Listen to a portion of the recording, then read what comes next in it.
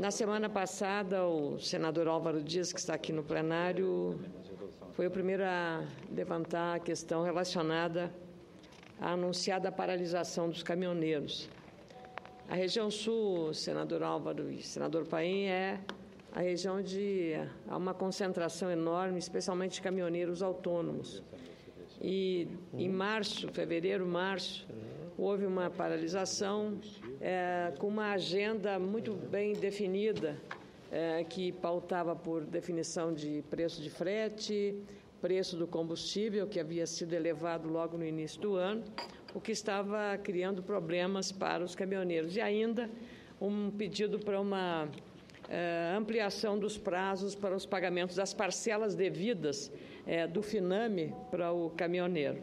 O senador Paim fez na CDH, a comissão que ele preside, um debate sobre a paralisação dos caminhoneiros, e nós, na Comissão de Agricultura e Reforma Agrária, da mesma maneira, debatemos o tema, dada a relevância e do impacto que a paralisação representou na economia, especialmente para aqueles setores de cargas perecíveis, como é o caso de alimentos, também o fornecimento de ração para os aviários, para os criadores de suínos, para o leite que era produzido na propriedade para chegar até a indústria. Então, todo aquele processo foi um processo de muita negociação e muito entendimento.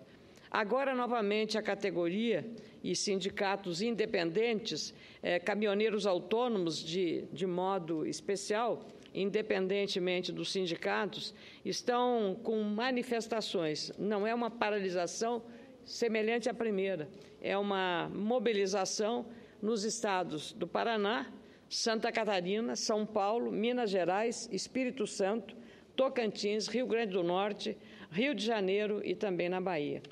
E não mudou, nós estamos há 52 dias para encerrar o ano, não mudou muito a pauta, porque muitas das matérias não foram ainda atendidas, especialmente em relação ao preço dos combustíveis e a questão do frete. No Rio Grande do Sul, as estradas com maior concentração de manifestações, aliás, pacíficas, de via de regra, são na BR-386, no município de Soledade, na BR-392, em Pelotas, na RS-122, no trecho entre Caxias do Sul e Farroupilha, a RS-287, próximo a Santa Cruz do Sul, a RS-344, em Ijuí, e a BR-285, próximo a Carazinho. Mesmo sem o apoio da Confederação Nacional dos Transportadores Autônomos, nem da União Nacional dos Caminhoneiros, diversos brasileiros que vivem do transporte estão insatisfeitos e, por isso, protestam. Além da insatisfação com a crítica situação da economia, os transportadores questionam principalmente o aumento do valor dos fretes, a alta dos impostos e a elevação do preço dos combustíveis. Este, sim, um fator determinante no aumento dos custos e também num prejuízo aos transportadores de cargas. São insatisfações, claro, que têm relação direta com a atual situação econômica e política do país, porque elas não podem ser desprezadas. E eu penso que o governo não faz e não age adequadamente, ameaçando a categoria, porque tem outras categorias de relevantes estratégicas, como dos petroleiros, por exemplo, que estão em greve, e o governo não tem a mesma atitude. Eu acho que a greve é um direito. O senador Paim está aqui presidindo a sessão, é um trabalhador ligado ao sindicalismo, sabe? Então, o governo está usando dois pesos e duas medidas, ameaçando os caminhoneiros, mas a greve dos petroleiros está com ela acontecendo sem nenhuma ameaça do tipo que o governo pretende fazer aos caminhoneiros. Com muito prazer, concedo a parte ao senador Álvaro Dias, ao mesmo tempo que saúdo os visitantes aqui a este plenário do Senado Federal. Senador Álvaro. Senadora Ana Amélia, os cumprimentos a Vossa Excelência, que vem do Rio Grande do Sul, estado onde há uma mobilização também de caminhoneiros, exemplo do que ocorre no Paraná e em outros estados. É lamentável ver o governo tentando transferir responsabilidade pelo movimento à motivação política. Li hoje no jornal O Globo que o governo conclui tratar-se de movimentação com motivação política. Que partido estaria por detrás desta mobilização? Eu creio que é mais uma forma de desrespeito. O governo vem desrespeitando os caminhoneiros. Há 8 meses constituiu-se um conselho para debater as reivindicações. Lideranças vêm a Brasília e voltam sem solução alguma. As reivindicações não são atendidas e o governo não oferece alternativas para elas. Portanto, não tem o direito o governo de tentar carimbar este movimento como um movimento de interesse meramente político.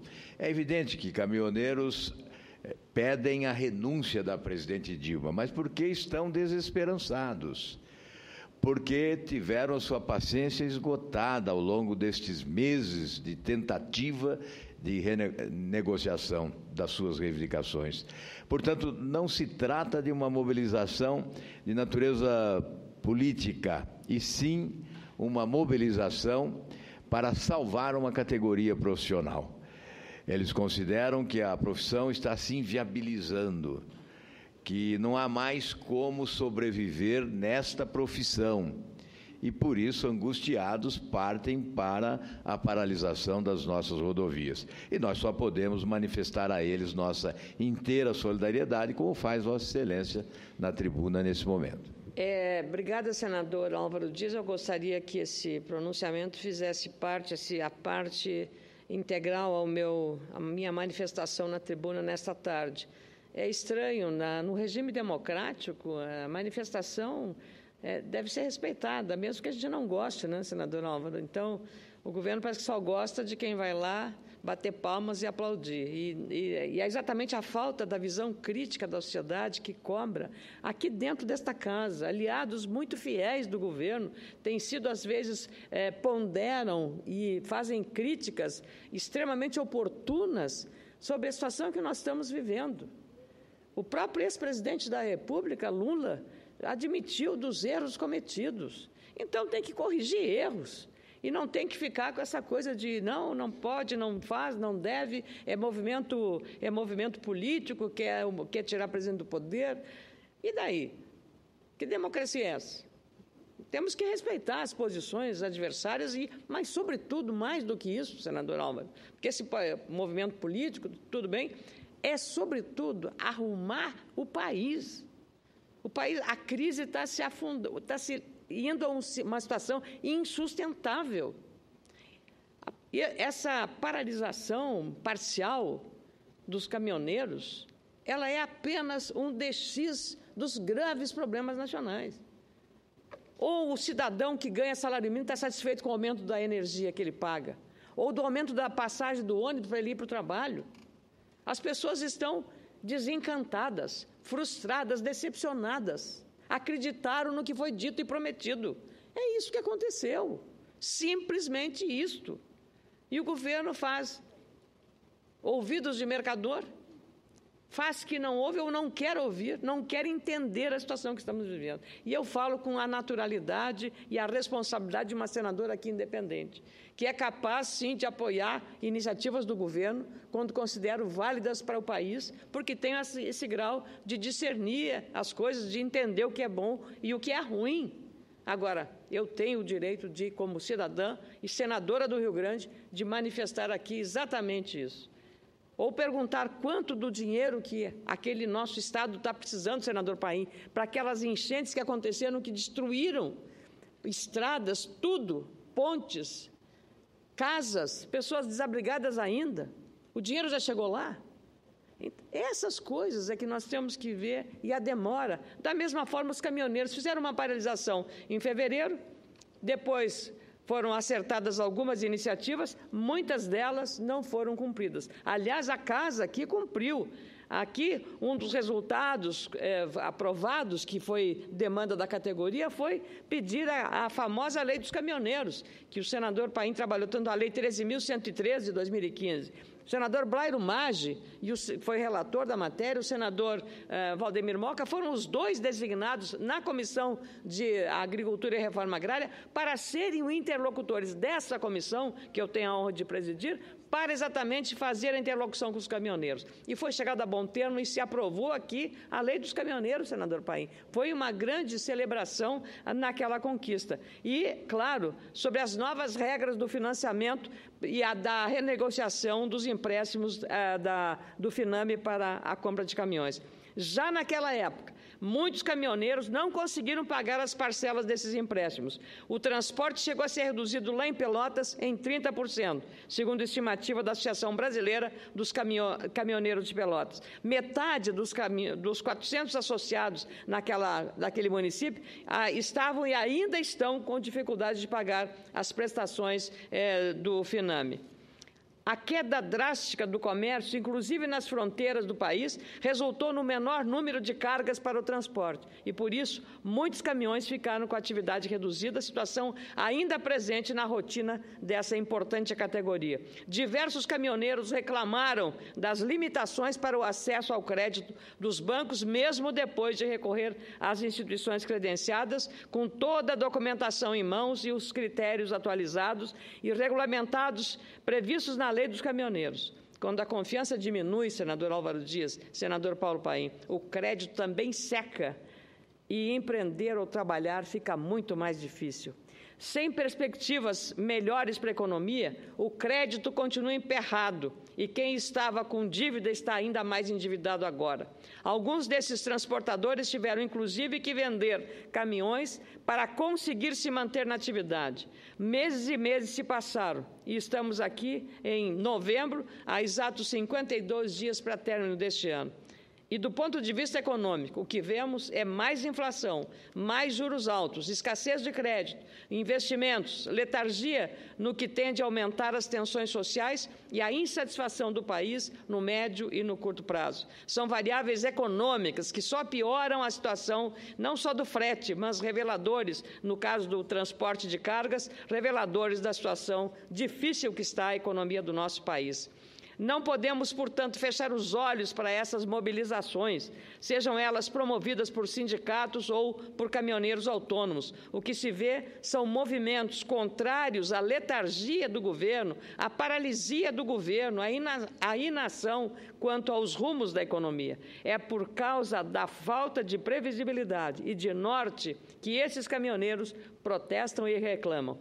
E reclamam o atendimento a uma demanda, a um elenco de solicitações que foram feitas e nem todas foram atendidas. Não sou favorável que a sociedade seja impactada negativamente, claro, com essa paralisação, mas é preciso reconhecer o direito e a legitimidade dessas manifestações. Não podemos, no entanto, aceitar que a burocracia tome conta do país nesse momento de crise, quando o poder público deveria estar apresentando soluções viáveis e reformadoras. Viáveis que não é só com a oferta de crédito. Me surpreende que uma liderança ligada ao governo venha propor mais oferta de crédito. Mais oferta de crédito com a sociedade já endividada, sem condições de pagar o que deve. Muitos vão usar o 13º salário para pagar as suas dívidas e entrar o ano minimamente com estabilidade financeira. Liberar mais crédito, foi por conta disso e não se fez investimentos que se deveriam ter feitos. Hoje, uma pesquisa mostrou a situação das estradas brasileiras. É uma situação caótica, uma pesquisa feita pela CNT. E, no entanto, o governo, que era para liberar um volume substantivo de recursos, não liberou. Ontem vimos também a situação do patrimônio histórico do país. Igrejas, templos centenários, bicentenários no interior de Minas e da Bahia, caindo aos pedaços. E o governo tinha anunciado 9 bilhões. Depois caiu para 5, depois caiu para 1. E desse 1, não foi liberado nem a metade. É essa situação que leva à descrença, à frustração e à decepção. Novamente, concedo a parte ao senador Álvaro Dias. Dona Amélia, achei oportuno transferir ao discurso de Vossa Excelência o depoimento de um prefeito do interior do Paraná sobre essa questão das facilitações para o crédito.